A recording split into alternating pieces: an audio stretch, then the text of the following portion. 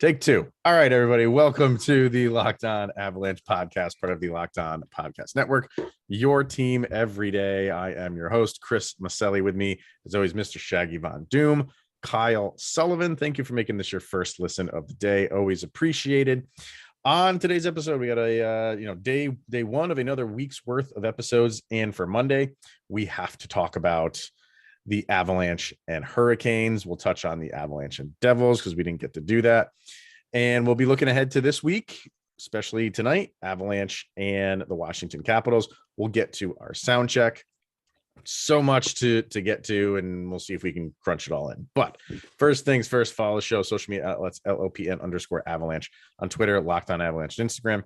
Questions, comments, concerns, opinions, lockedonavalanche@gmail.com. And follow the show on our YouTube channel over on YouTube. Hit subscribe and get notified when a new show goes live. All right, sir.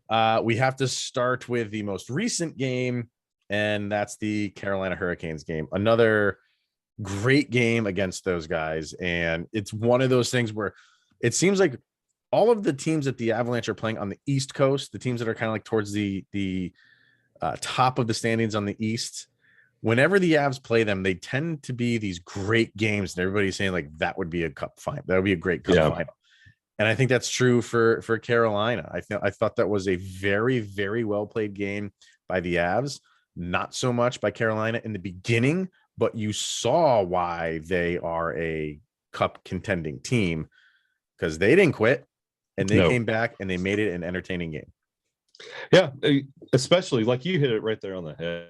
Like the games we played against Pittsburgh, Florida, and now Carolina, like they're all like instant classics. Like they're what you want to see. And I think what makes this Carolina game a little different is, of course, the last one, nothing happened in the first two periods, and then everything exploded in the third period. This one, it was kind of a mirror image to that Pittsburgh game where Colorado would score, Carolina would come right back. And granted, there was a goal by Nathan MacKinnon, but it was overwhelmingly secondary scoring and the new guy. Oh, unbelievable. I mean, that goal by Ben Meyers to go up 4-0 on Carolina, and that's when Carolina just didn't look like their I say their old self, but what we've seen the last game that we saw them play. And just look at the standings. I mean, they're at the top of the standings, and I don't know what I don't know if they, or you know what it was the altitude. It's always the altitude. No, I don't know. Like maybe it was just because that arena was absolutely rocking. Mm-hmm. I don't know. I mean, but they've been in arenas like that before. At this point in the season, nothing really should surprise you. Whatever it was, Carolina just didn't come out ready, and the Avalanche just pounced on them. And you had the Comfort goal early, followed by the Nathan MacKinnon goal, another Comfort goal, and then the Ben Meyers one was just like, what? Like, all right, 4-0, and the new guy scored. Is this going to be another 9-goal output? And you wouldn't think that against Carolina, but it was trending that direction. I mean, they ended up putting 7 up on them. Yeah, on a very good defensive team and a very good penalty kill team. And the Avs went 2 for 5. One of those is a little bit skewed because they only had like 30 seconds on their power play. But to get 2 power play goals on this team and just play the way that they did, I thought that was a very, very well played game from top to bottom for the Avalanche. I really did. Yeah, to see like JT playing with that confidence, like after he got that second goal, he wanted nothing more in the world than that hat trick. My goodness. And in that Twitter space, while we were talking during that game, by the way, Dino Nuggies, for all those on Twitter space, they understand what we're talking about.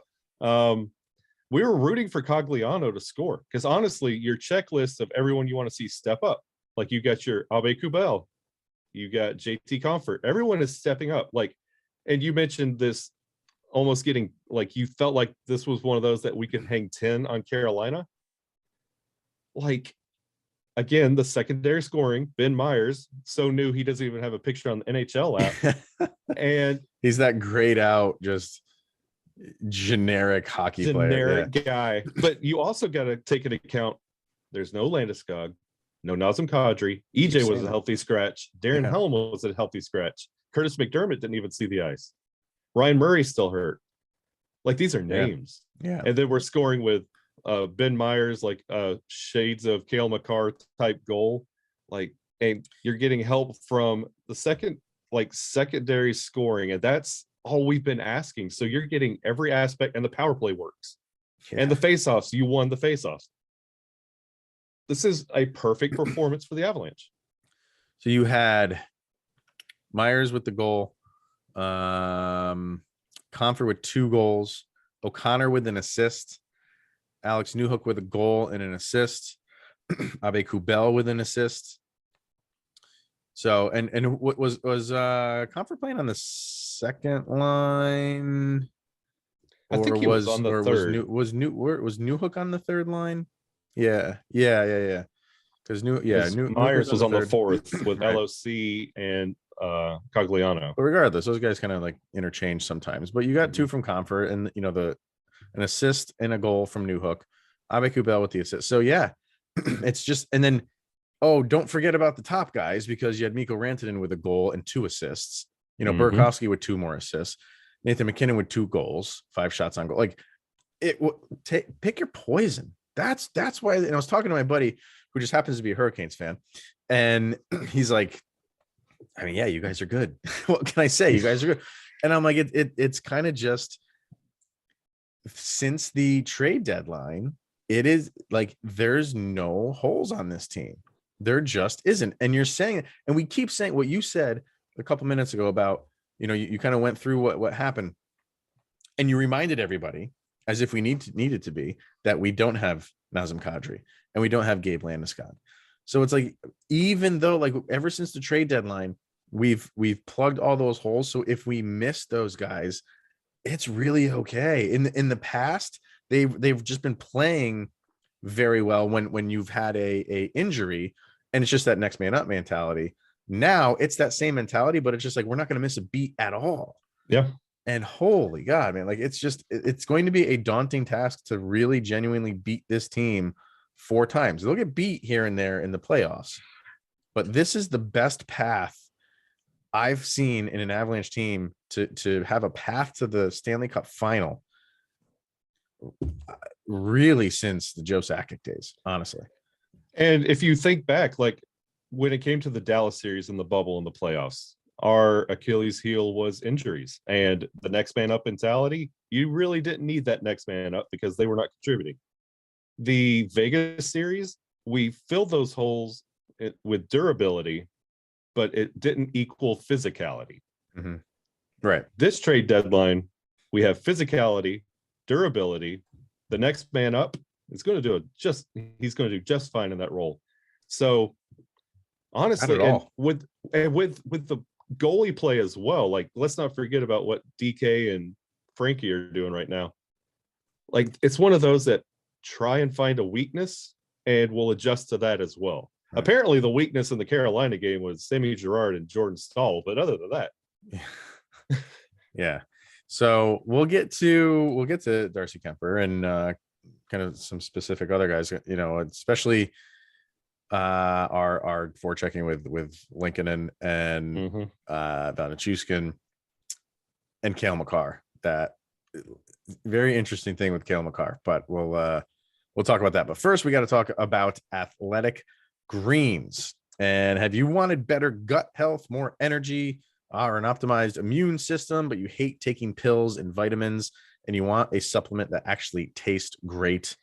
Get Athletic Greens. Kyle and I have been taking this stuff for well over a month now, and we can attest to that it works. It works. We feel good. We have some energy. And I think my favorite thing about it is it doesn't taste like junk. Like, it looks like you're just going to be drinking like ground up grass because it's that colored of just green, but it tastes like fruit juice. Yeah. And I've been on that side of dreading like protein shakes and like other supplements where it's just like, oh, I don't want to do this. I don't get that with Athletic Greens. I look forward to it every morning. That's great. So what is it? You get 1 delicious scoop of Athletic Greens, and you're absorbing 75 high quality vitamins, minerals, whole food source superfoods, and probiotics to help you start your day right. The special blend of ingredients supports your gut health, your nervous system, your immune system, your energy, your recovery, your focus, and your aging, everything that's important to you. So Athletic Greens was created when the founder experienced a ton of gut health issues that ended up on a complicated supplement routine to recover. It cost him over $100 a day. So he created Athletic Greens after experiencing how difficult it was to create an optimal nutrition routine on your own. It costs you less than $3 a day if you're investing in your health, and it's cheaper than your cold brew and coffee habit, which I have that as well. It's not a good one. I've replaced my energy drink habit with it. There you go. I can't get rid of the coffee. I can't do it. It's part of the. I feel a lot better. It's a better baseline than what I get with an energy drink. Yeah. So you're investing in all-in-one nutritional insurance. And right now it's time to reclaim your health and arm your immune system with a convenient daily nutrition. Just one scoop in a cup of water every day, and that's it. No need for a million different pills and supplements to look out for your health. To make it easy, Athletic Greens is going to give you a free 1-year supply of immune supporting vitamin D and 5 free travel packs with your first purchase. All you have to do is visit athleticgreens.com/NHL network. Again, it's athleticgreens.com/NHL network. Take ownership over your health and pick up the ultimate daily nutritional insurance. All right, getting back to the Carolina game. I mentioned, Darcy Kemper. I mentioned Arturi Lehkonen. And he is I'm really liking his game. You don't get to watch him a ton playing for Montreal, especially when you're watching West Coast games more than East Coast games. But he's exceeding my expectations. I mean, he didn't have anything. He was actually a -1, which who cares? Who cares about he's in the right place at the right time. He's a fantastic forechecker. He's on that top unit right now for the power play. And it's like, I mean, he's kind of replaced. I mean, who's he replacing? He could be replacing Kadri probably, because Nichushkin's probably replacing Landeskog. But I'd be fine leaving him out there. I think Kadri's going to reclaim his spot when he gets back. But why not put Kadri on the second line? Fortify that second line a little bit more for the power play. I really, really like Lehkonen is becoming maybe like the steal of the draft, in my opinion.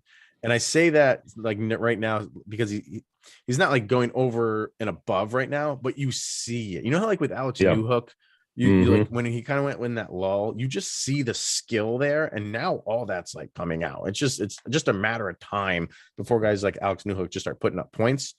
And I think the same thing for the Avalanche with Lehkonen is he's that good where he's settling in nice, but just for the rest of the season, for these 7 games left or whatever, like that's just going to just get him more and more, comfortable in the system. And in the playoffs, I just expect him to really just take off. I love his game. Yeah, I love the misconception when it comes to like the trade deadline where everybody treats it like it's a fantasy draft and everybody wants to go after like the best available overall. And then you plug them into your team and it's going to work.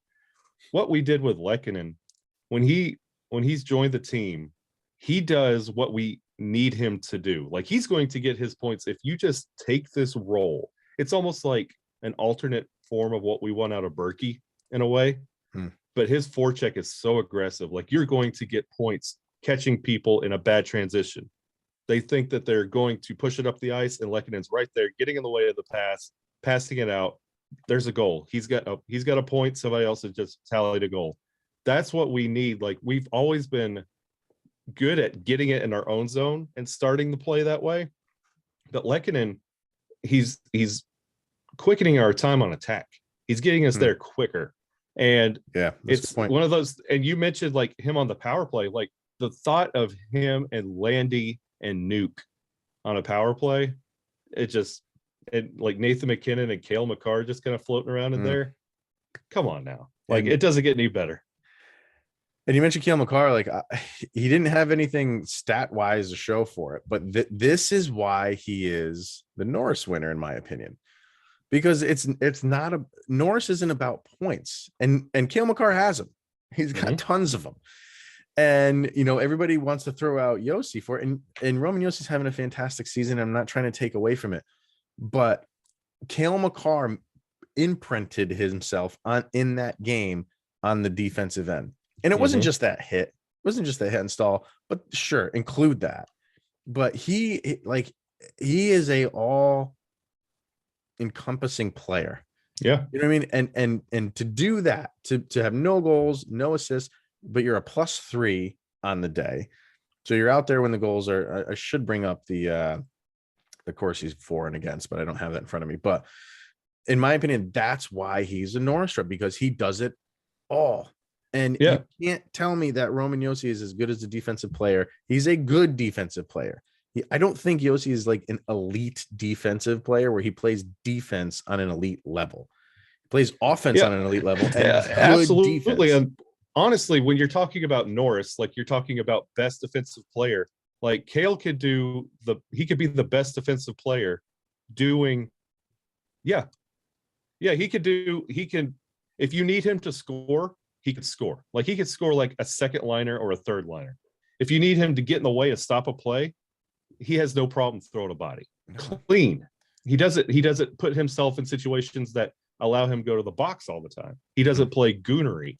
If he needs to lay a body, get physical, send a message, Cale Makar can do that. If he needs to see how a play needs to be set up, he knows where everyone is at all times because his hockey IQ cannot be tracked. Like when you talk about best defender, he can do it all. Like if you want to say, well, yeah, Roman Josi could do this, but he's not that great at this.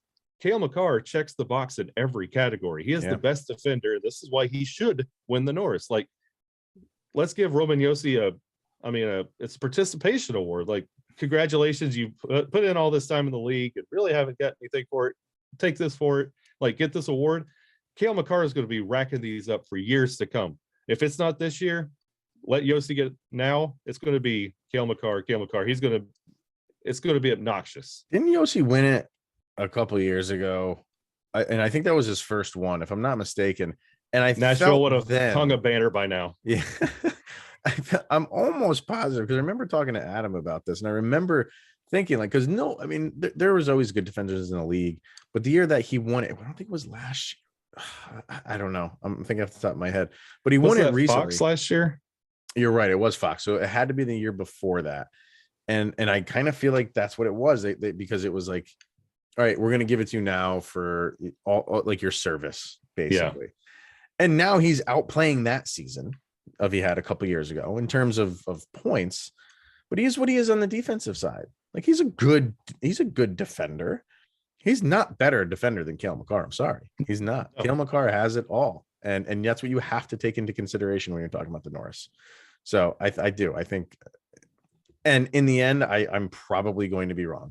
I just have this gut feeling that they're going to give it to Josi again because they're going to put so much emphasis on the points that he's scoring, which are for a defender just crazy. But Makar's not that far behind him, and he's played less games too. If Josi wins the Norris, that's fine. Conn Smythe is better. Yeah, so true. Darcy Kemper, I want to get to him. Yeah, I mean it's a tough team. You know what I mean? Like you were not going to shut these guys out. Being up 4-0, you felt comfortable, but they started making it a game. And like you said before, how we were with Pittsburgh, we had the lead and they'd score and then we'd match it. Or no, that was and then they'd score and then we go up by 1 in like 20 seconds. It was almost like Carolina was doing that, like you were saying. Yeah. But it just got to be a good game, and that's where I want Darcy Kemper in the game. Because when things are starting to get tight, all right, like I'm comfortable now relying on him to up his game to win this thing. Yeah. And he did. He made some really good saves. One that was a hell of a save, which could have been the save of the year, but it ended up being a goal in the end. I was just about to bring up, like, that was save of the year candidate. He let it, like, it turned into a goal, but I watched that replay 2 or 3 times, and I was just like, that's not humanly possible. How does he even know? And it's like off a blocker. It's not like a glove save. Like it's off your stick handling blocker. Like, what are you doing, Darcy? It was we're talking about the one where he's on the ground, right? Yes. Like, It was a bad shot too. I don't know who it was, had a wide open net, and for some reason he shot it kind of into Kemper, who was lying on the ground. But hey, I mean, a save is a save. Still awesome. I wanted to bring up a really cool story briefly with Ben Meyers, who said that, because all that happened just so quick for him. The college season's over. He chooses Colorado. He's on a plane and he's in Denver the next day. And then he's told that he's going to be playing against Carolina. So happening so quickly. Yeah. And I guess they asked him, how did you get to the arena? And he said, well, I was going to take an Uber. I'm assuming he's staying at, a hotel or some, I don't know where the heck he's staying, but he said I was going to take an Uber. And who called him and said, I'm coming to pick you up? Gabe Landeskog. So add that to, just put yourself, and I know he's a little bit older. He's not a teenager. I think he's like 23 years old, but it's still like your first time in the NHL.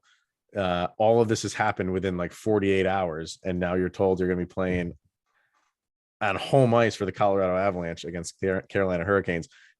And you're riding shotgun with Gabe Landeskog to the arena. I mean, and think about that honestly when we talk about like when we get to that point of like we talked about the Mount Rushmore of Avs, like he could be the greatest Av that we've had, because like nobody in the front office is like, hey Gabe, what are you doing? You want to go pick up Ben Meyers at the airport?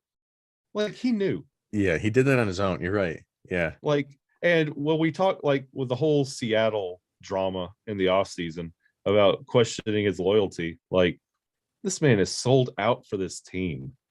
Like you saw, like he posted stuff with his daughter that they're working out like in the arena. Like this man lives for the Avalanche. Right. And you get the new guy, you could be like, here comes the new guy. Good luck walking the ball arena. Ha ha ha. Rip him old school. Like he took him under his wing. He's like, hey, I know you're going to be great. You're going to love it here. Let me show you why. And he's injured. What a captain should. Yeah, exactly. And he doesn't have to. No, he could have stayed home, watched the game from home, but no, he went and picked him up. And like we're saying with the Norris and how, you have to look at more than just points when you're going to vote for the Norris, especially the Norris on the defensive side of things. When you just said like he could be one of the greatest Avs ever, you have to do the same thing. You have to look at the totality of everything, not just points. He's not going to be up there with points. He's not going to be up there when McKinnon's all said and done. He's not going to be near that. He's probably not even going to be near Rantanen. He's definitely not going to be near, Joe Sakic and all those guys. He'll be up there. He will definitely be up there. He'll be top 10 and stuff. But yeah, when you're saying like, Mount Rushmore, you have to take all of that into consideration and stuff like that. Like that's what captains do. And when it's all said and done, if he finishes his career with the Avalanche, he'll be 18 years as a captain. I think you're right, man. I think you're right. I think you elevate him over just sheer stats because of what he means to the team, all encompassing. Yeah, he's going to be right behind Sakic, of course, because he's like literally the general manager. So unless he takes the general manager position when he retires, which I don't know. We will be the Colorado Landeskog if that happens. I was joking around with someone on Twitter because this whole Bland thing that's going on with I think it's hilarious. They got to embrace it, if you ask me. We were throwing like names back and forth, so I said Gabriel Landeskog. I love it. Yeah. All right. We have a sound check to get to, and the Washington Capitals are coming to town. But first, betonline.net, your number one source for all of your betting, stats, and sports info. Find all of the latest sports developments, league reviews, and news, including this year's basketball playoffs, which are underway, and the start of the Major League Baseball season, which is also underway. BetOnline is your continued source for all of your sporting wagering information, from live betting to playoffs, esports, and more. So head to the website today or use your mobile device to learn more about the trends and the action. That's betonline.net. It's where the game starts. And finally, by Built Bar. Built Bar. You love Built Bar. It's the greatest tasting protein bar on the market, including their Built Bar Puffs, the first ever protein-infused marshmallow protein bar. They're fluffy, they're marshmallowy, They're not just a protein bar. They are more like a treat, and they're also covered in 100% real chocolate. And they come in flavors such as yummy cinnamony churro, coconut marshmallow, and banana cream pie. And we don't really talk about the regular Built Bar flavors all that much anymore, but you can get those in flavors like mint brownie, coconut almond. They have some peanut butter ones, which Kyle and I. Cherry Barcia is a good one. And they always coming out with new ones. So check built.com for kind of limited edition releases that might be on the horizon. And most Built Bars contain 130 calories, 4 grams of sugar, 4 grams of net carbs, 17 grams of protein. So you can go to built.com, use the promo code LOCKED15 to get 15% off of your order. Once again, the promo code is LOCKED15 for 15% off at built.com. All right, so I posted the sound check, but if you don't follow us on social media outlets, you don't know what our songs to summarize the game against Carolina Hurricanes was. So we'll get to that now. And Mr. Kyle Sullivan, take it away. Against the Carolina Hurricanes, we got to add another letter to our social media handles with clinching the West. Correct. So after this crazy year with the Wild and the Blues and Vegas falling off the face of the earth, it was a wild, wild West. And we owned the Wild Wild West. You went the Will Smith version. You bet. I mean, well, I say version like that. That's his song. He didn't cover that, but there is another song, Wild Wild West. God, what were they called? I just remember the video. I have to look it up. The video was like just legs. If you remember it was just like a white background. The singer's singing it, and it's so weird. Like they cropped off from like these women just from like the midsection all the way up, so they have no like torso and head, and it's just the legs. The Escape Club, go watch the video. Go to YouTube and YouTube the Escape Club Wild Wild West. Watch that video and you're just like, these guys were smoking some good stuff when they decided to write the song and the video. Good. I figured it was time to give Will Smith a little publicity. He hasn't been in the news lately, so no. Well, I mean, I thought he was suspended for 10 years from our show too, but apparently not. You brought him back. I got you, Big Willie style. And do you know the movie he said no to go film Wild Wild West? He was supposed to be this movie's lead character, and he said no to go film the Wild Wild West. Do you have any idea what it is? Oh, was it The Matrix? Was The Matrix. And he later on said, he goes, it's, yeah, he's like, it's maybe like the worst decision of my life, but also the best, because he goes, Keanu Reeves killed it, obviously. Yeah, true. It'd be hard to see anybody else in that role. Yeah. For me, we're getting closer to the playoffs, and the way that this team is playing, they got 8 in a row right now, I believe. Mm-hmm. I think it's 8 in a row. Whatever. I mean, they're seriously, they're just, I mean, they're winning games like left and right. They're setting records. They're setting franchise records, defensive points, wins, the points overall. That's just delaying the inevitable. That's going to happen.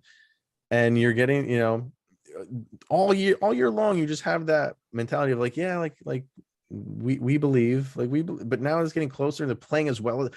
Remember we were talking about before, like you want to go into the playoffs playing well. You can start the season hot, but if you just start downgrading as the season goes along, it's very tough to kick it back into high gear again in the postseason. Going into the playoffs hot when you don't have to, really, you could easily cruise into the playoffs. You could, but they are playing some of their best hockey right now, and I think collectively, that's my song. We Believe from the Red Hot Chili Peppers off the Stadium Arcadium album. It's a good album. Double album, man. Every song on there is solid. So what a song, what an album. I love that album.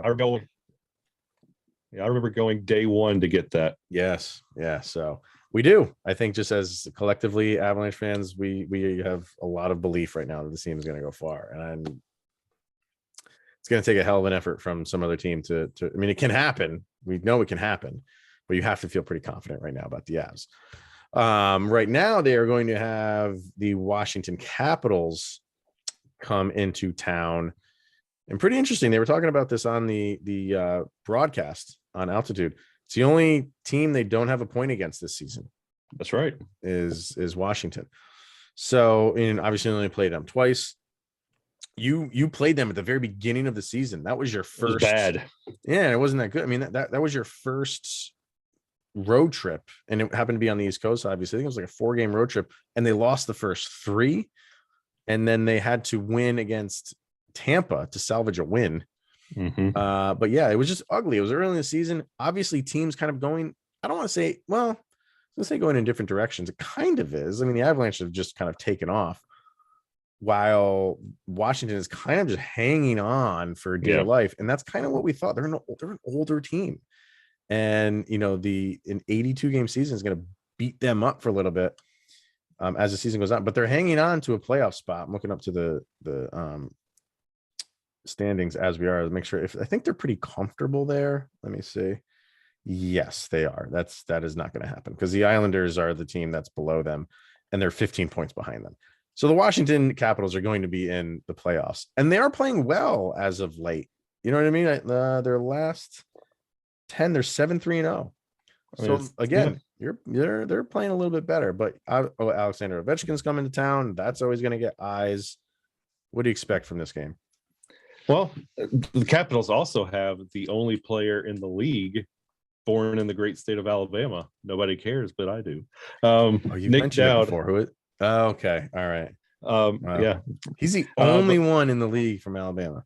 Yeah, and the only one. He's the first player since 1937 from Alabama. There was a player for the Blackhawks in 37 that was from Alabama, but it's neither here nor there because this Washington game has all of the feels and all of the making for a trap game. Like we were just talking about, how many wins do we have? 8, 9? Huh.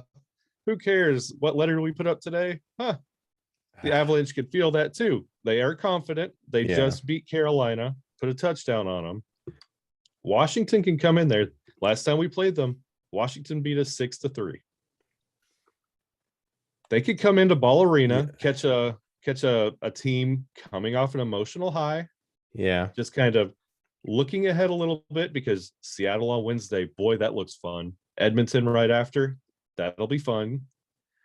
Like Capitals, man. It's not too much on the line. It's one of those. This is a perfect setup.